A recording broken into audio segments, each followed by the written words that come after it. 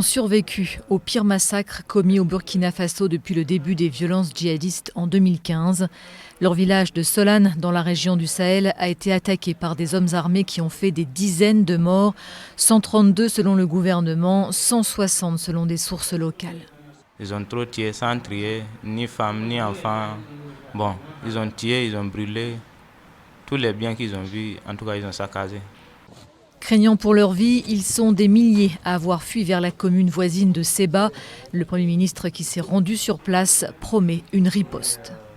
Cette incurie que nous constatons aujourd'hui ne restera pas impunie. Nous avons déjà pris des dispositions sur le plan sécuritaire et aujourd'hui, cette partie du territoire est occupée par un certain nombre de forces qui sont en train de travailler à faire un ratissage pour rassurer les populations qui sont encore là. Mais les Burkinabés doutent de la capacité de leurs forces de sécurité à enrayer la spirale de violences djihadistes qui en 6 ans ont fait plus de 1400 morts et plus d'1 million de déplacés dans ce pays frontalier du Mali et du Niger. Vraiment, on est vraiment découragé de la situation. Voilà, vraiment, on a peur maintenant. On a peur. Le village de Solane est dans une zone d'action à la fois du groupe de soutien à l'islam et aux musulmans et du groupe État islamique. Le GSIM, lié à Al-Qaïda, a déjà lui nié toute implication dans cette attaque.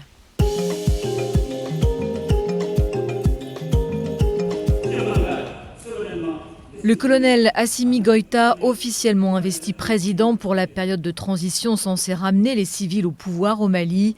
Une cérémonie pour donner des garanties à la communauté internationale, inquiète après le deuxième coup de force en 9 mois dans le pays.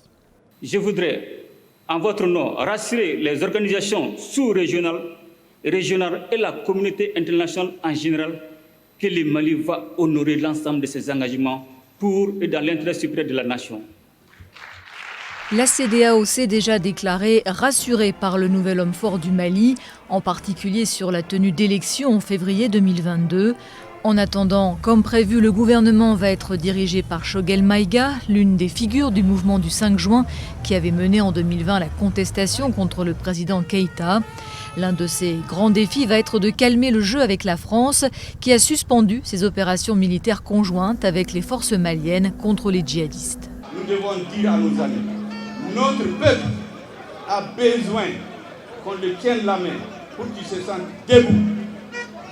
Les invectives, les sanctions, les menaces ne feront que compliquer la situation. D'ores et déjà, la force Barkhane ne sort plus de ses bases dans le nord du Mali, mais elle poursuit son action avec les autres partenaires régionaux.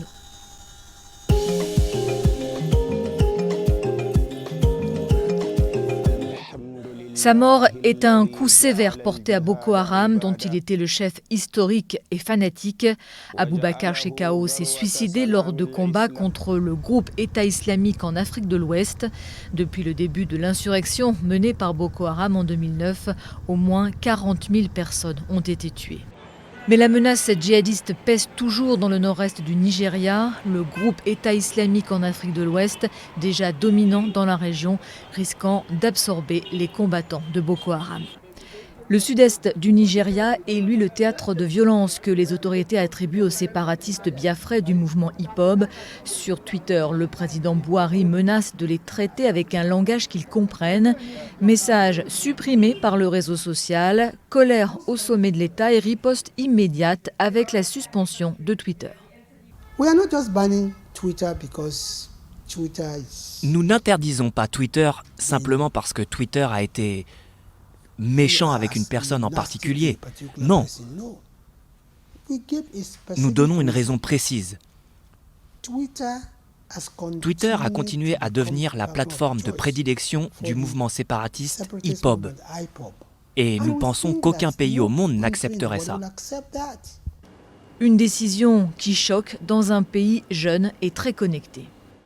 Un matin, vous interdisez Twitter, donc vous dites à tout le monde que l'état de droit n'est pas primordial au Nigeria.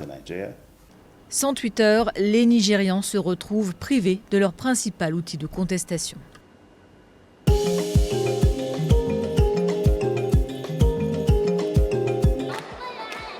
Une campagne sans incident majeur, mais sans enthousiasme non plus pour les législatives du 12 juin en Algérie. dans un climat de répression accrue contre toute voix dissidente. Sur 1500 listes, plus de la moitié s'affichent comme indépendantes face à des partis largement discrédités et jugés responsables de la grave crise politique dans le pays. Jusqu'au bout, les candidats pro-gouvernementaux ont appelé à participer en force à un scrutin rejeté par une partie de l'opposition et le mouvement contestataire du Irak. En revanche, les partis islamistes légalistes sont en lice.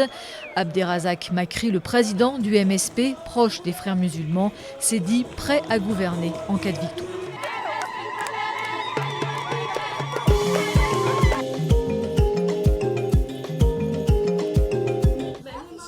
Ils devraient être à l'école avec les camarades de leur âge, mais eux sont là à trier les fèves de cacao qui sèchent dans une cour. Une réalité contre laquelle la Côte d'Ivoire entend lutter et elle le fait savoir. Début mai, elle a organisé une opération coup de poing largement médiatisée. Pendant 2 jours, une centaine d'hommes ont été mobilisés dans la région de Soubré, dans l'ouest du pays, pour débusquer les enfants qui travaillent dans les plantations de cacao. Ils en ont recueilli une 60aine. Il y a longtemps qu'on sensibilise, mais tant qu'on ne donne pas un signal fort, on puisse sanctionner un parent qui emploie son enfant à des travaux dangereux, ça va toujours continuer. Donc il faut qu'on donne des signaux.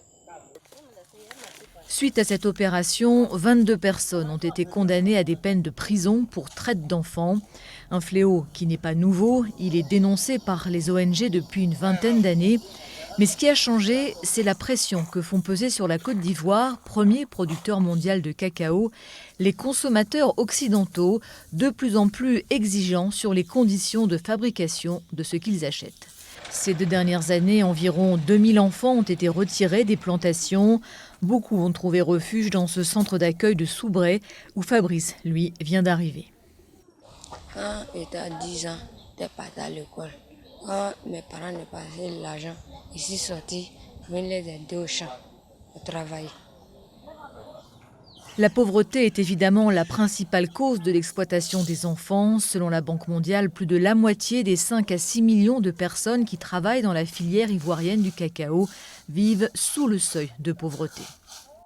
Nous accueillons les enfants avec beaucoup de sourires pour les mettre en confiance, des échanges aussi.